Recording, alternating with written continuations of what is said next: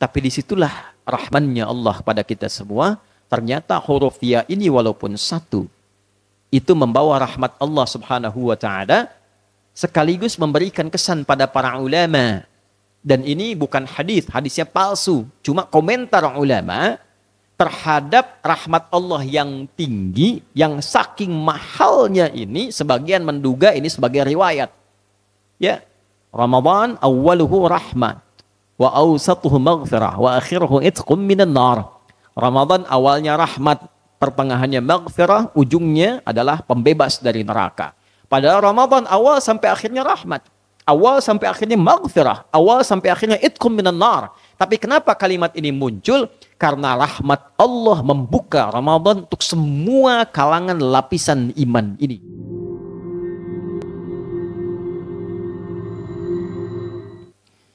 Hadirin, dari sekian peristiwa yang terjadi di bulan Sya'ban, yang paling berkesan dan di antara yang memiliki pesan kuat adalah turunnya ayat dan perintah tentang puasa Ramadan.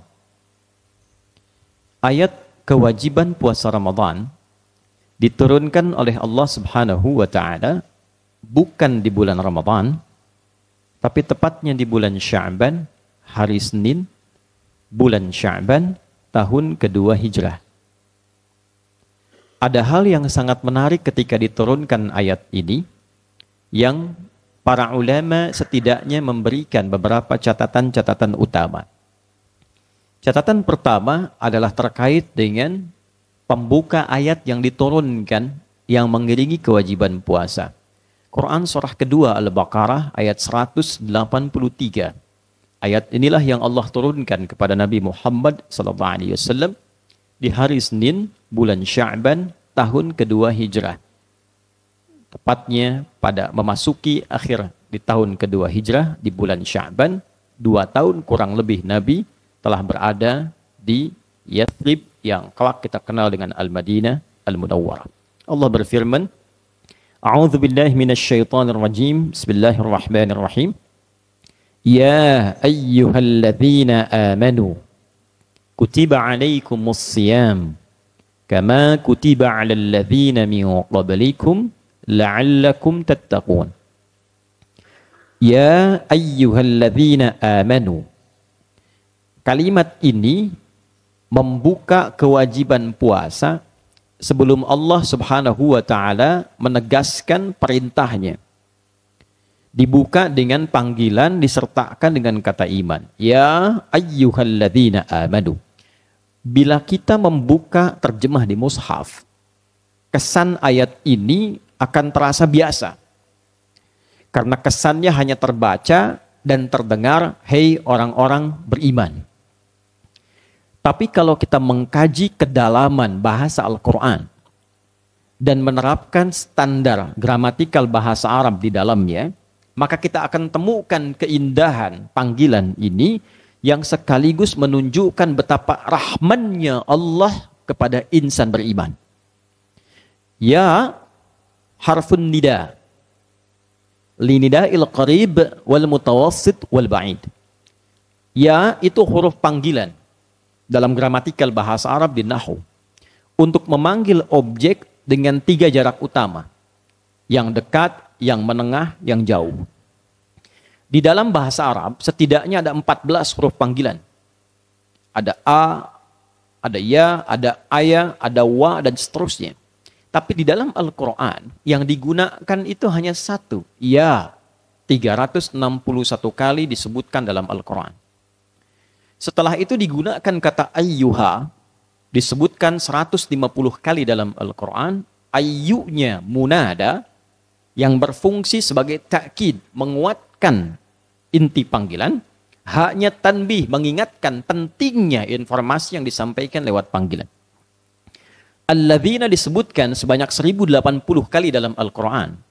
Isim mausul, konjungsi, menunjuk objek tanpa batas, tanpa sekat. Baik laki-laki, perempuan, tua, muda, besar, kecil, punya jabatan, tak punya jabatan, kaya, cukup, siapapun ia, sepanjang ia merasa beriman. Kalau kita gabungkan bagian-bagian tadi yang telah diurai oleh khatib, maka kita temukan penafsirannya demikian.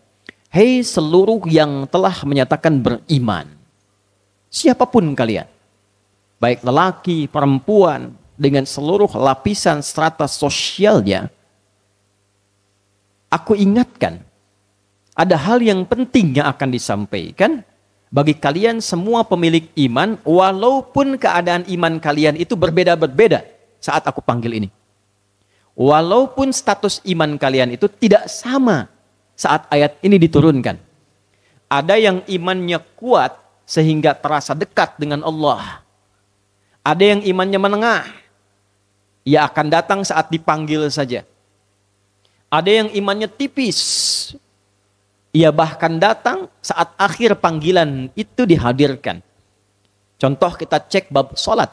Karena kata iman pertama kali ditampilkan dalam Al-Quran disandingkan dengan kata salat. Al-Baqarah di ayat ketiga. Alladzina yu'minuna bil ghaibi wa yuqibunas shalah. Dan menariknya kata salat dalam Al-Quran disebut dengan iman. Al-Baqarah ayat 143. Wa ma kana Allahu liyudhi'a imanakum. Jadi di antara untuk menguji dan melihat parameter kekuatan iman kita, Allah memberikan gambaran lihat di bab salat. Bahkan dari sejak panggilan azan menentukan standar iman kita. Al-Anfal surah ke-8 di ayat kedua. Bahkan menggunakan adatul hasri, huruf pembatas. Innamal mu'minuna alladzina idza dzukirallahu wajilat qulubuhum. Standar orang beriman itu bisa dicek. Yang paling standar, paling pokoknya, jika disebutkan nama Allah, maka ada konfirmasi getaran di hatinya. Kapan disebutkan nama Allah sehingga terdengar di telinga kita? Telinga bahasa Arabnya udhun. Jamaknya adzan. Jadi adzan bukan hanya panggilan. Panggilan yang disiapkan terdengar oleh orang yang masih punya telinga. Karena itu adzan, desainnya adalah kalimat yang terdengar di setiap waktu tanpa putus 24 jam. Itu yang menjadikan setiap kota beda sekian detik, beda sekian menit, beda sekian sampai jam untuk menunjukkan semua dunia mendapatkan pendengaran dari azan itu. Dan azan dikumandangkan, diperdengarkan di telinga kita 5 waktu setiap pergantian waktu dalam sehari. Subuh diperdengarkan, siang diperdengarkan, sore sampai ke menjelang malam sampai ke malam. Untuk apa tujuannya? Untuk menguji ada konfirmasi iman tidak dalam jiwa kita.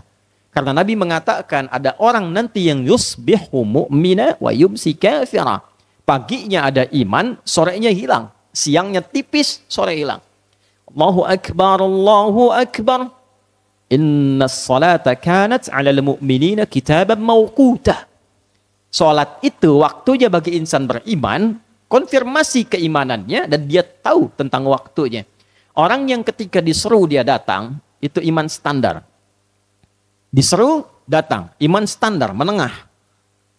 Sebelum diseru dia siap-siap, itu imannya kuat. Dekat jaraknya dengan Allah. Karena itu kita lihat penampilannya sudah siap. Sebelum subuh bahkan sudah datang dengan tahajud. Ada orang yang sudah lewat waktu, belum ada kesadaran. Tapi mengaku beriman, iman tipis. Nah, itu gambaran untuk menguji bagaimana kadar iman kita. Bila dikaitkan dengan Ramadan, dibuka ayat ini seakan memberikan kesan bahwa setiap insan beriman ketika akan menghadapi Ramadan akan didapatkan 3 kualifikasi ini. Iman kuat, dia berharap dan gembira dengan datangnya Ramadan. Bahkan ada yang saking kuatnya setelah Ramadan, dia masih menunggu Ramadan berikutnya. Dia menangis, memohon kepada Allah, diberikan kesempatan, minta waktu, dekat-dekat semakin semangat. Bahkan dicontohkan oleh Nabi SAW dalam riwayat hadis Muslim dari Usamah bin Zaid radhiyallahu taala anhu, nomor hadis 2357. Sejak Sya'ban, Nabi terlihat sudah menyiapkan adaptasi Ramadan dengan meningkatkan siyam sunnahnya. Meningkatkan amal solehnya. Ya Rasulullah, ya kama qala, lam araka tasumu kama tasumu Sya'ban. Saya tidak melihat Anda menunaikan puasa sunnah serajin Sya'ban ini. Maka Nabi mengonfirmasikan bahwa dzalika syahrul ladzi yughfalu aw yaghfulu anhu nas. Ini bulan yang banyak orang lupa. Baina Rajab wa Ramadan. Antara Rajab dengan Ramadan. Karena Rajab fokus. Fokus Isra Mi'raj. Tidak salah, bagus. Bahkan Nabi menempatkannya di situ. Ramadan fokus ditunggu. Tapi lupa Sya'ban itu adalah adaptasinya. Ada orang yang biasa-biasa saja. Begitu puasa, ikut puasa. Kalau belum tiba waktunya, santai saja. Standar. Ada yang iman tipis. Dilihat berapa lama nih tahun ini puasanya. Dikumpulkan kalender kapan buka dan sahurnya. Sudah mulai dekat, ya kok cepat sekali. Ditunggu kapan selesainya. Tipis. Tapi disitulah rahmannya Allah pada kita semua. Ternyata huruf ya ini walaupun satu. Itu membawa rahmat Allah subhanahu wa ta'ala. Sekaligus memberikan kesan pada para ulama. Dan ini bukan hadis, hadisnya palsu. Cuma komentar ulama terhadap rahmat Allah yang tinggi, yang saking mahalnya ini, sebagian menduga ini sebagai riwayat. Ya, Ramadan awwaluhu rahmat, wa awsatuhu maghfirah, wa akhiruhu itqum minan nar. Ramadan awalnya rahmat, pertengahannya maghfirah, ujungnya adalah pembebas dari neraka. Padahal Ramadan awal sampai akhirnya rahmat. Awal sampai akhirnya maghfirah. Awal sampai akhirnya itqum minan nar. Tapi kenapa kalimat ini muncul? Karena rahmat Allah membuka Ramadan untuk semua kalangan lapisan iman ini. Seakan Allah ingin mengatakan demikian. Hei hambaku, pemilik iman. Aku tahu iman kalian itu berbeda-beda standarnya. Ada yang dekat denganku, sehingga semangat menunaikan ibadah. Ada yang standar biasa, sehingga kapan diseru dia datang. Ada yang lemah, tipis-tipis, sudah diseru belum ingat-ingat. Aku tegaskan, munada. Aku ingatkan. Aku akan berikan kepadamu satu amalan. Apa itu? Kutiba alaikumussyam. Aku berikan amalan penuh berupa puasa yang pembukanya menghadirkan rahmatku sehingga tidak aku bedakan yang lemah, yang standar, bahkan yang kuat sekalipun. Itulah yang menyebabkan awal Ramadan semua orang bisa semangat menunaikan ibadah ini. Dahsyatnya Ramadan, rahmat Allah begitu luas di pembukanya sehingga orang-orang yang tidak biasa ke masjid pun itu bisa saf pertama. Orang-orang yang tidak pernah menyentuh mushaf itu bisa ngaji.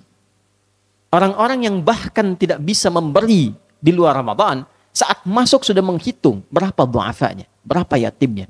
Itulah indahnya rahmat Allah yang diberikan di awal Ramadan. Itu poinnya. Jadi berbahagialah ketika kita disampaikan ke bulan ini. Bahkan para ulama banyak meriwayatkan doa-doa spesifik. Bahkan dari sejak Rajab. Allahumma barik lana fi Rajab wa Sya'ban wa balighna Ramadan.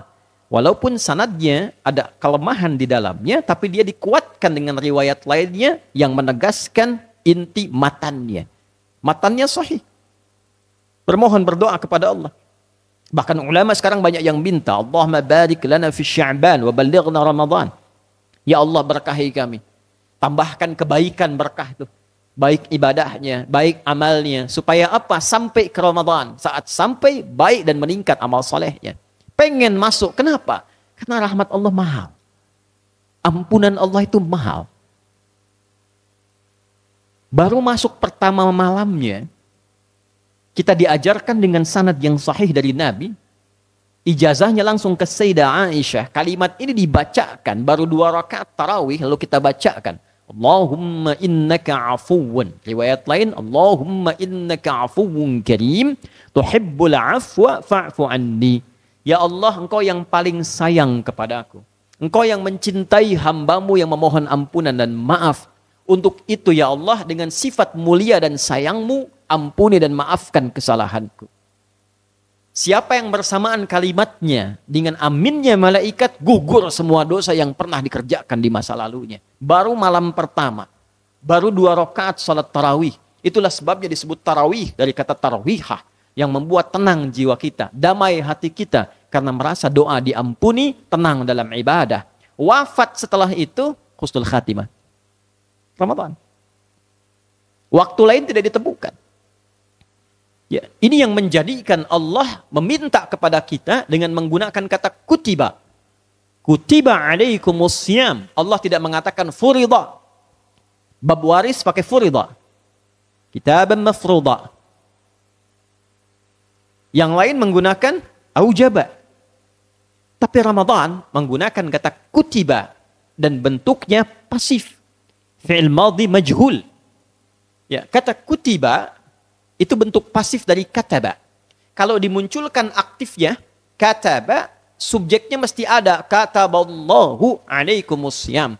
Kenapa dirubah pasif, dihilangkan kata Allahnya? Karena bagi orang beriman, semua perintah itu mutlak dari Allah. Sami'na wa ata'na. Orang beriman gak tanya lagi. Ini pasti Allah perintahkan. Kalau sudah Allah perintahkan, ada kebaikan untuk saya.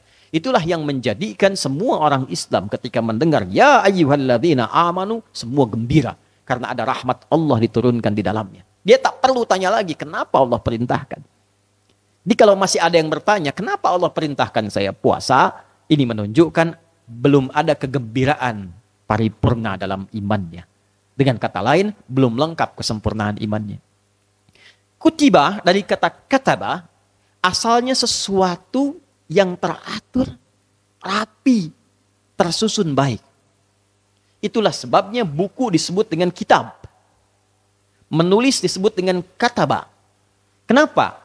Karena kalau Anda menulis yang teratur, yang tersusun, yang rapi, yang baik. Buku itu disebut bagus kalau selesai. Terstruktur. Daftar isinya, dimulai dengan pengantarnya, kerangkanya, isi sampai penutup kesimpulannya, biografinya. Itulah buku, tersusun, teratur, rapi. Seakan Allah ingin mengatakan, aku wajibkan kalian puasa dengan hukum yang teratur, dengan aturan yang jelas, dan aturlah diri kalian sebelum memasukinya. Kenapa? Karena rahmat Allah yang tinggi, bonus diberikan di awal, tapi tidak menjamin itu bertahan sampai akhir. Itu yang menjadikan awal Ramadan masjid penuh semua. Tapi di pertengahan terjadi kemajuan. Safnya maju. Di akhir makin maju. Orang lebih berkesan mengejar mudik dunia dan tidak ingat mudik akhirat. Begitu kendaraan disiapkan di tengah-tengah tidak sampai ke kampungnya, tapi disampaikan ke kampung akhiratnya. Maka Allah ingin memberikan kesan kepada kita, atur kegiatan sebelum Ramadan. Siapkan kurikulumnya. Sehingga rahmat Allah bisa dipertahankan sampai akhirnya. Maghfirah Allah bisa dijemput sampai akhirnya. Dan yang terakhir, diri kita terbebas dari ancaman neraka sampai dengan akhirnya.